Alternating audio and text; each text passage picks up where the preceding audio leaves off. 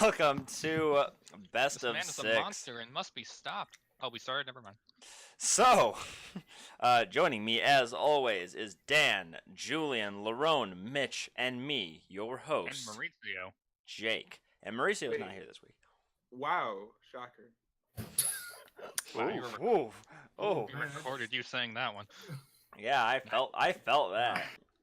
Man, isn't it great that Mary's not here? Okay, so Wow. Man, I miss Charles. getting I into want Mauricio to be here. He's just not. yeah, Steve Good should be Mauricio. here. we all miss you, Mauricio. Everyone send Mauricio your love. Tweet at him. It's at Or a 40. Mauricio. You should actually tweet at Etika.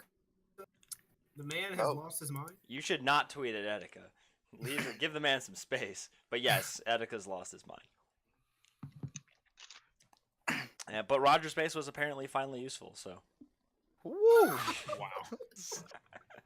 I guess we'll soapbox here, Etika. Is this how we're gonna give you? Is this the route we're taking? We're gonna start Hey, a we already beef with figured out Roger Space. that we already figured out the clickbait works for us, so now we just need to start that internet controversy, just to fuel both sides. Yeah. All right. So anyway, going into our first topic. This is really Mitch's topic, but people that pre-ordered Red Dead Redemption 2 through Amazon back when it was announced got it 30% off because that was the Amazon Prime deal.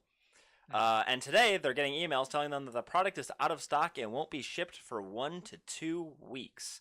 Reviews of Red Dead Redemption 2 are currently turned off and complaints are being actively removed. Wow. That's just kind of incredible. This is not a good look for Amazon No. here at all. Isn't that the point of pre-ordering? Is to guarantee the That you supply? get it. Yeah, and Amazon typically is good with that kind of stuff. Apparently with video games, though, they've been dropping the ball lately. This isn't the only example, which this isn't good. Wow. So apparently this has happened with a few major game releases in recent history with Amazon.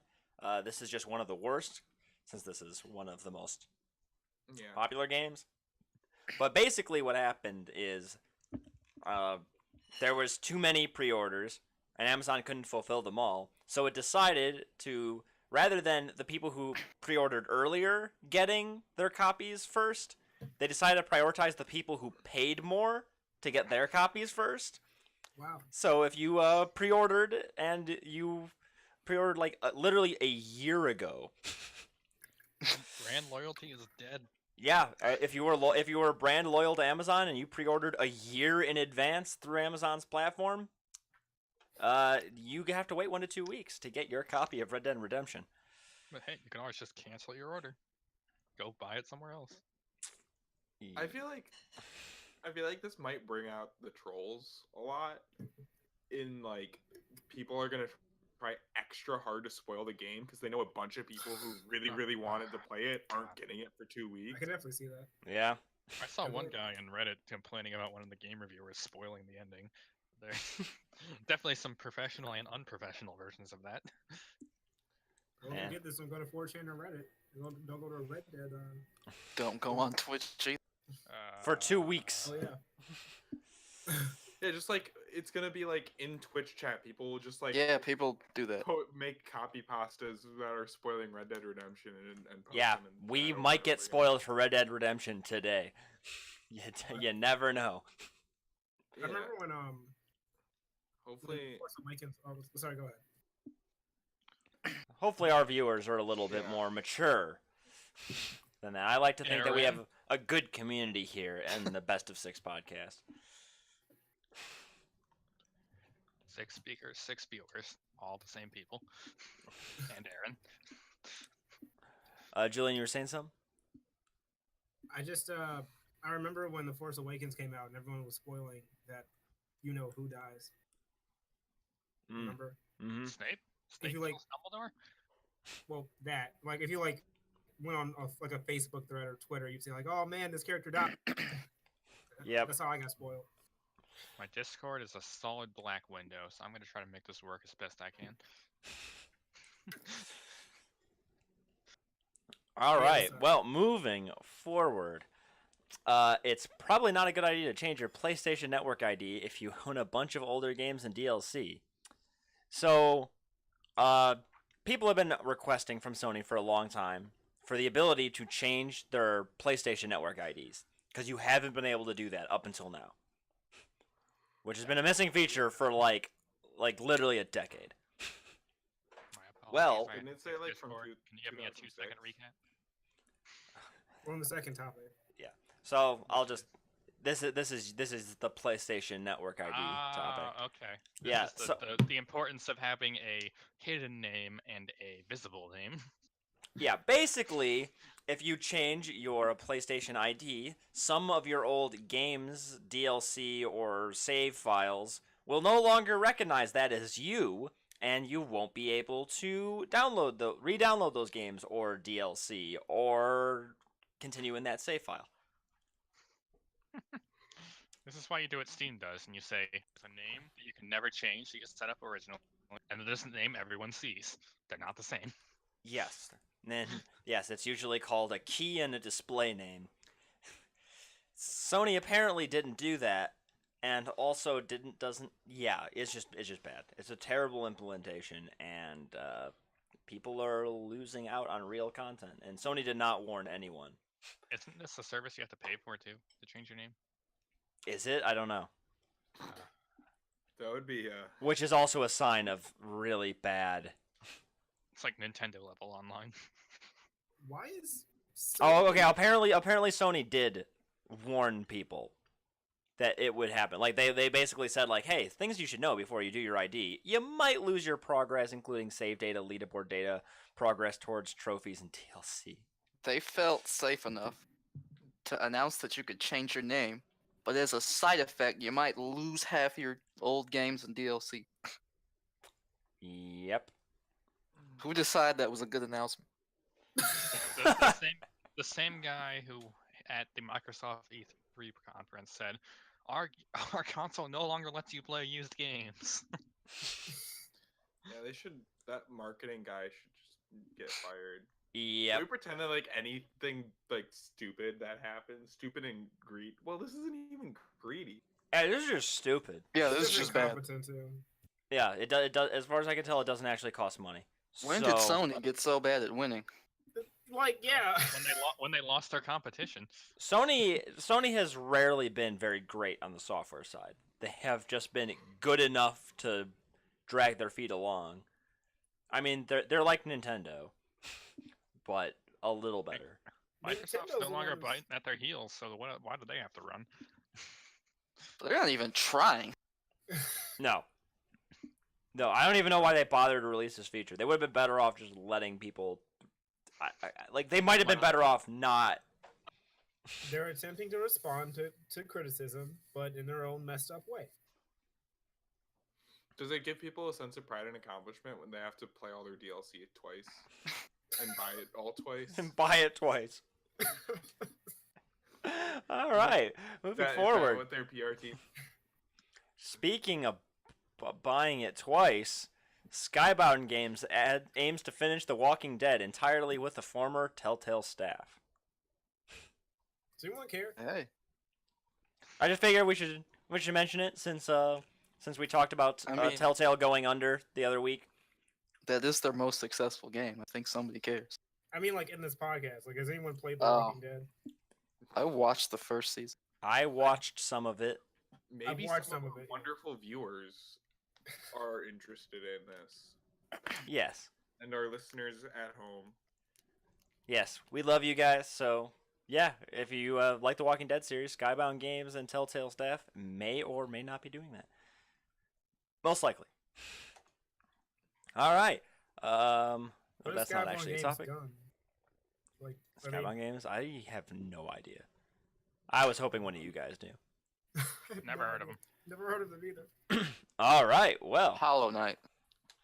Hollow Knight? Oh, I don't know. It just came into Google. Let me actually know what I'm talking. so they did or can- you did can not make talk. Hollow Knight?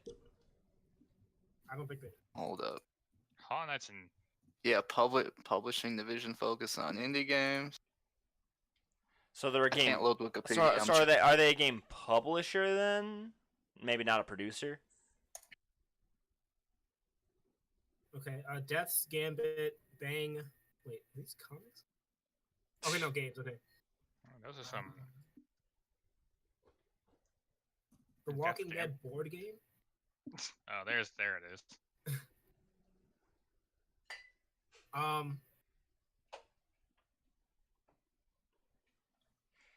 I think their most notable project is I think they worked with The Walking Dead because it says that they worked on it on their website.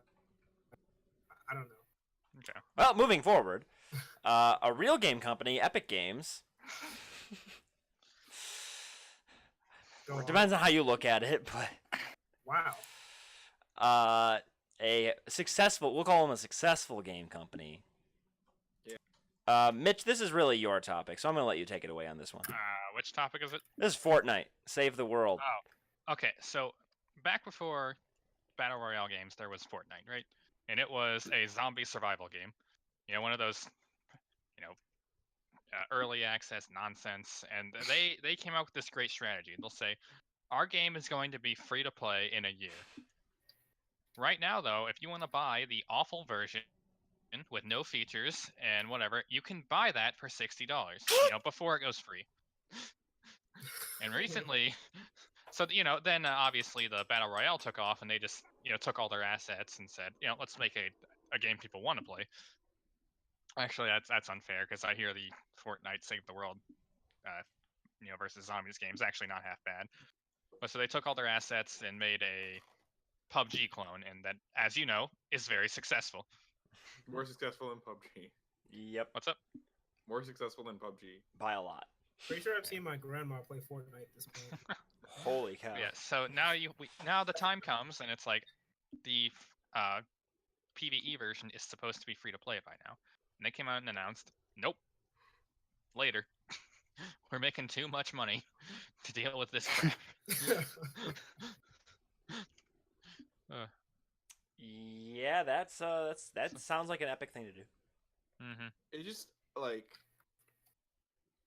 it almost feels like, can you blame them for focusing on the battle royale and like Not not at all. doing Not at all. Nope. like nope. they didn't expect, like when they made their plans, things were looking very, very different for them. Yeah, but screw everyone who paid for them. I mean, I guess Does actually this- not, because now No. now more people have to pay. You're right. It's a win-win for everyone. The people Yeah, who already because paid now get to feel like elitists because people still have to pay. The people who didn't pay don't have to pay to play the game because why would they? Yeah. Yeah. All right. Yeah, Good business decision, I guess. that's all I had. Speaking of that's all you had, Bethesda warns Fallout 76 fans to expect spectacular bugs and issues. So are they just like playing the meme that Bethesda Yes. games have really bad bugs and stuff? All right. That's what you do. When there's a slightly negative meme about you, you embrace it and turn into a bigger meme. The thing is they also can't do anything about the bugs, or at least they choose not to. Yeah, well, in this case, in a note to fans, Bethesda calls Fallout 76 a starting line, not a finished game, and thanks them for continued support. That is so. They're pulling So they're pulling basically, the- pay us to the play a Nintendo. beta. Yeah. Nintendo's Yeah. current strategy with ARMS, Splatoon, Mario Tennis. You guys Not are Smash. unpaid beta testers. Basically, early You access. have to pay to work for us, though. Yeah. But apparently, most people who are paying for the beta don't care, so. And or expected it. Isn't Steve? Yeah. Is he paying for this or something? Oh god. I didn't think that the beta actually costs money. Maybe I'm wrong. I think you have to have a pre-order or something. Oh. Yeah, that might be it. So, you're not necessarily paying for the beta. At least not separately from the main game. So, that's kind of whatever. But, I don't know. This is a very Bethesda thing to do. Is it? Mhm. I feel like the more Bethesda thing to do would be to release it super buggy, but not say it's gonna be super buggy. I mean, they know it at this point. They're not running from it. I mean, maybe this is, we haven't seen nothing yet. This is like a completely different level of bugginess, and that's why they're warning you. Their previous games were stable by their standards. Maybe this is like actually an unplayable mess. Time will tell. Time will tell. I mean, like, Go as on. long as they don't do like wipes, I guess it's not awful. Yeah, probably not.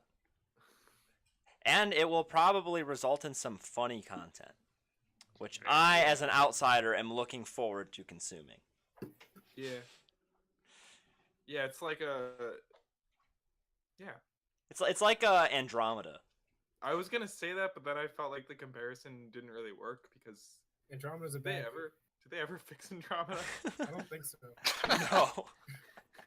No, they didn't fix Andromeda, but it is similar in that it was content that I got to consume as an outsider. They did release Yeah. a patch that let you skip the cutscenes every time you tried to like move across the star chart.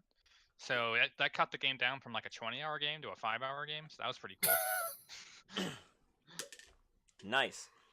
And wasn't part of that because like some cutscenes would get you into soft locks or crashes, so if you skip them, you can't get to the soft lock or the crash. What? So that's nifty. Yeah. Alright. Not soft locking is a good thing to do. Yeah. Unlike Skyrim, where there is a couple of game-breaking soft locks that they've just never patched. You have enough auto saves. You're fine. Yeah, unless you accidentally, unless you don't know that, you have to like have this. auto save slots. Can I take Fine. a moment to complain about a glitch in Oblivion, or is that Sure. too off Go topic? ahead. Nah, go for There's it. this glitch in Oblivion where if you're doing the Mage Guild, you have to get this like item out from a sewer or whatever, Oh, and well. it weighs. Oh, is that the weight one? Yeah. Oh yeah. And if like you can't get it, the way you're supposed to do it, the way the game wants you to do it, is you're supposed to cast like a lightning charm on yourself or something. Yeah. But you don't need to do that. You could just like Just drag it. yeah. Anyway, if you can't do the quest, if you pick up the ring and then put it back and then go and do other things like I did, after 2 days the ring just like disappears. Huh. And you can never get it So, back. like, do the Mage Guild, and I was like, oh, I can't do this yet. I'll go play the rest of the game, and I'll go back and do this later. Oh, And that's- then I played probably like 20 hours of Oblivion, and then I go back and I'm like, okay, I've done like the Oblivion storyline, I've done all the other side quests. The only side quest I haven't done, or the only major side quest line I haven't done, is the Mages Guild. So I'm gonna go back and finish it. And then I go down there and I'm like, wait, where's the ring? And then I go and Google it and says, oh yeah, if you wait 2 days, the ring just disappears and you can't complete the quest line anymore. You're just SOL. Oh, Bethesda. I thought they changed it so you didn't need to bring the ring back. You just needed to have picked it up. Because I mean, they tell you to throw it out anyways. I don't know, but that was annoying. Because I was like 30 hours into a playthrough and I found out that I couldn't like 100% the game or whatever. It was impossible. Didn't they have the console though? Not on PC, consoles. yeah. Yeah, not on console. Oh, no console on console. And that's Yeah, I why could've, you like- play Bethesda games on PC. Remember the old If Duke I was glitch playing in on Oblivion where you'd like click on a stack of scrolls and like you just click on, you drop another item and it drops the same amount of that item that you had scrolls. So you just like drop 500 cheese wheels down a hill. What about the paintbrush glitch? That's the best. That's the best. You just drop a paintbrush and it just floats there in space. Just go out of bounds, but with like you need two paintbrushes and you can go literally anywhere. See, that kind of glitch is just fun. Yeah. Like For in Wind Waker HD, where you can just any item with a reticle and you can just go flying as fast as you want. You gain speed exponentially every frame just by holding a direction at a specific angle while just having a targeting item. Is that the Hess weirdness or the ESS weirdness in Wind Waker? Because every Zelda game needs ESS weirdness. Yep, that's it. That's ESS position striking yet again in a Zelda game, completely breaking the game open. Why is ESS so weird? Like why? In Zelda games specifically. Like Wind Waker can't be like the same engine. No, or, they're like, none of them are the same engine except for the only Majora's two Mask. Majora's Mask and Ocarina of Yeah. Time. Those are the only games that are on the same engine in the entire franchise. I mean, if you count Oracle of Seasons and Oracle of Oh yeah. Is Sorry, I meant the console ones. Yeah, I always forget about the handhelds. Is there ESS position weirdness in Breath of the Wild yet? I'm pretty sure there is. I think there is like a clip that you need ESS for. Nothing like as game breaking as some of the other games, but Just to catch everyone up, ESS position is the position you hold the controller in to get Link to rotate without moving. Oh, yeah, it's just a slight angle on the control stick. okay. I had no idea what you guys were talking about. Yeah. And if you do that slight angle, just weird things happen. Yeah, in almost Like in every 3D Legend of Zelda game, it Yeah. like in Ocarina of Time and Majora's Mask, it just causes Link to not lose speed. So if you can get yourself moving quickly by like rolling into a bomb explosion or something where you get knocked back real quick, if you hold ESS position, you just won't ever slow down. You also characters won't interrupt you. Like you won't trigger cutscenes or Yeah, anything. you won't trigger a cutscene or dialogue or anything like that. So if you ever wanted to avoid talking to the owl, Kaepora Gaebora, that's how you do it. You just super slide past him. And he will ignore you because you're busy holding ESS position. All right. So I think it's time for us to dive into our main topic of the week. Don't expect too much from this presentation. The presentation is just to provide some visuals as we have a discussion about our thoughts on VR and its future in gaming.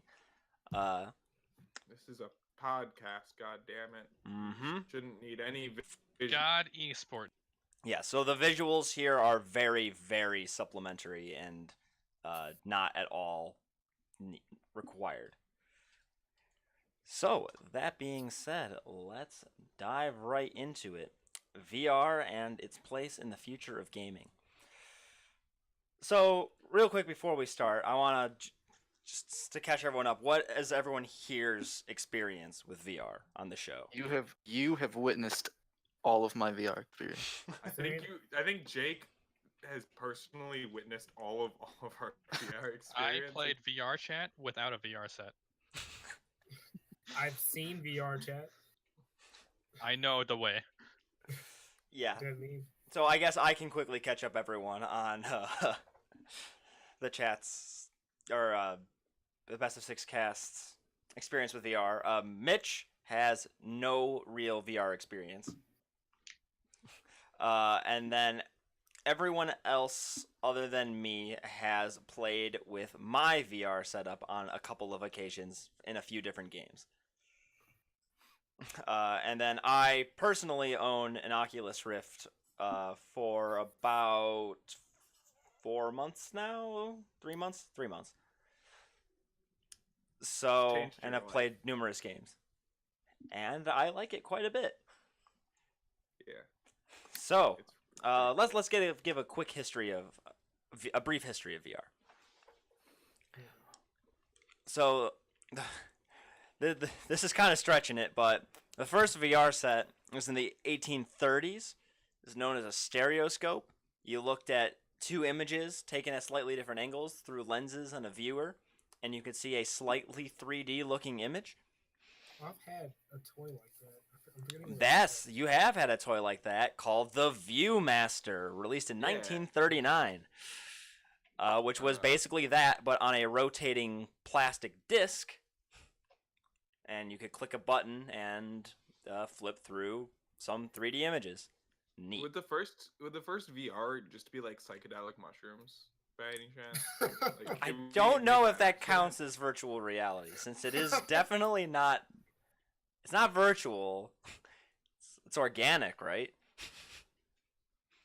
Yeah. What does yeah. virtual mean? Like, What is the Artificial? definition of virtual? I'm gonna go with artificial. I'm gonna go with dictionary.com. What does Which dictionary.com say? Oh, it's So, produced the from first- a machine. the first definition is almost or nearly as described, but not completely or according to a strict definition. So, like, it's virtually the same as this. Right. So that's not the definition we're looking for. But the other definition would make the stuff on the far left not VR. Because the other definition is not physically existing, or to appear to do so. Well, that brings us into the first real virtual reality system, the Helix Sensorama in 1957. This is borderline VR. It was basically the first 3D 3D screen. I don't know if you. Yeah. So I think there's some important visual context for the viewers who are only. This timeline is just about the worst thing ever. It's awful. So Just 1957 terrible. and 1965 are like really far apart on the timeline, and 1965 and 1991 are directly next to each other. And then there's another huge gap before 1995. Like, it's not linear, it's not logarithmic, it's just, we're gonna put things wherever we want. Yeah, I think it's also worth pointing out that on this timeline, 1830 and 1939 are put on the same points on literally 100 years apart, and they're listed on the same axis. So yeah, good job, Jake. Yeah, this timeline is truly terrible. I have it sourced in the upper corner if you are really into this style of timeline. Wait, is there more like this? Can I go to Parkland School Division and find more awful timelines that make no linear I don't know. sense? But anyway. Also, 1998 and 2005 are the same year. Yeah. What is this? It's not a real timeline. So, anyway. I'm going to skip ahead a few because basically it was just small iterations of these kind of crappy very early prototypey, couldn't really call it any form of virtual reality. Then the first kind of starting point was in 1991 where there were some arcades that had a virtual reality type thing where you did have your head in a 3D headset, kind of like you'd expect today, with some very, very basic tracking. And it was mostly for stuff like racing games and things in arcades, where having a 3D view was useful. And then in 1995 through 2005, there was a bunch of companies who attempted to make some form of VR, including the infamous Nintendo Virtual Boy and the lesser-known Philips Scuba VR. Philips made a VR set? Really? They did. In 1998, I admit I don't know a whole lot about it. But yeah, they did. And then in 2005, there was the Imagine 3D Visor, which, yeah, not very good. Now, we're going to skip all the way ahead to 2014, because this is where things start getting interesting.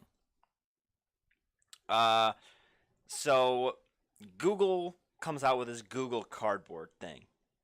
And it was this really basic proof of concept VR thing where you fold this thing out of cardboard, put some lenses in there, put your phone in it, and you can have a virtual reality-ish thing where it did track your head. Like, you looked around and you could look around in a 3D environment. It was a neat toy. And this started sparking interest again in VR. Like, oh wow, phones can now like do VR in a somewhat competent way. Like, what could a real computer or a console do? And it was at that point where Oculus formed, and had their big Kickstarter campaign and all that to get them off the ground, which they raised 2.5 million on Kickstarter and then sold it to Facebook for like $3 billion. So that was pretty good. And yeah, and then HTC also came out with the Vive. So then you had the Oculus Rift and the Vive, and those are, I would say, the two. Well, those two and the PlayStation VR, which is not on this timeline, which is weird since it came out about the same time. This timeline's just not.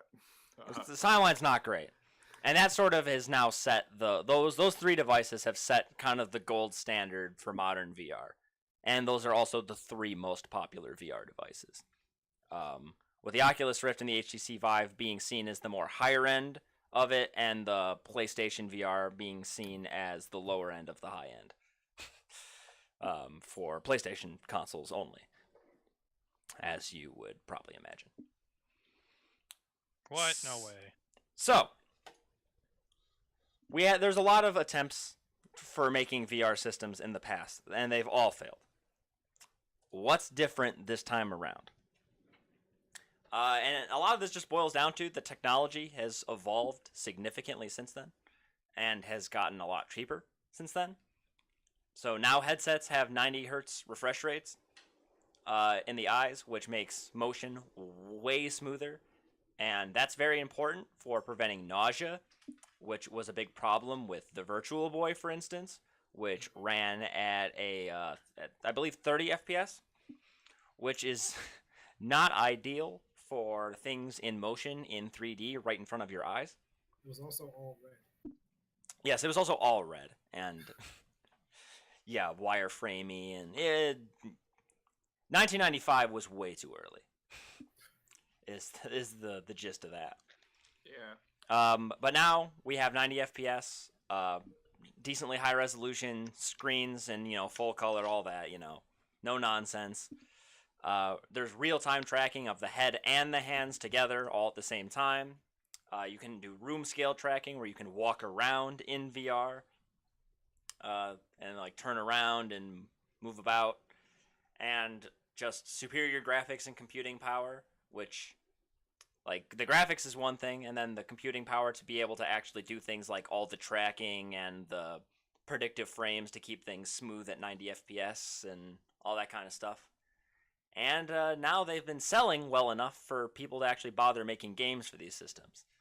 As old systems like the Virtual Boy, not very many games were being made. So that brings us to, are people actually buying these things? And the answer is sorta. Sales in 2018 have been better than they were in 2017, where we're talking in the single digit millions still for units sold, for even total units sold by the various companies. The most popular VR system being the PlayStation VR, which isn't terribly surprising considering the number of people who have a PlayStation, especially when compared to what you need for the other two systems, the Oculus Rift and the HTC Vive, which both require a gaming PC of relative heft, relatively recently built gaming PCs, where basically requiring a previous gen graphics card or newer at this point in time. So those are expected to have a little bit lower sale. And they're a little bit more expensive than the Sony offering, particularly the HTC Vive, which is by far the most expensive VR headset on the market. Which I believe right now it's $500 for the headset, which is pretty crazy, considering the Oculus is $350. So I think this is a good point in time to go into answering the big question. Does VR offer unique gaming experiences? And this is where I sort of open to discussion to you guys too, as clearly I might be a little more biased, given I bought the thing, I was clearly into it. Like, I clearly wanted to get into it. I think you need that level of experience to really answer the question. Yeah. Yeah, and that does help, but I want to hear from you guys first. What are your more, I guess, surface All right. level? My question is, what games exist that are unique? I know you play a lot of Beat Saber, but that just looks like a rhythm game to me. Yeah, so I did list a few games on here that are of interest and that I have some experience with to talk about. So the games I listed off on this screen were Beat Saber, Super Hot VR, Robo Recall. I said Robots Recall.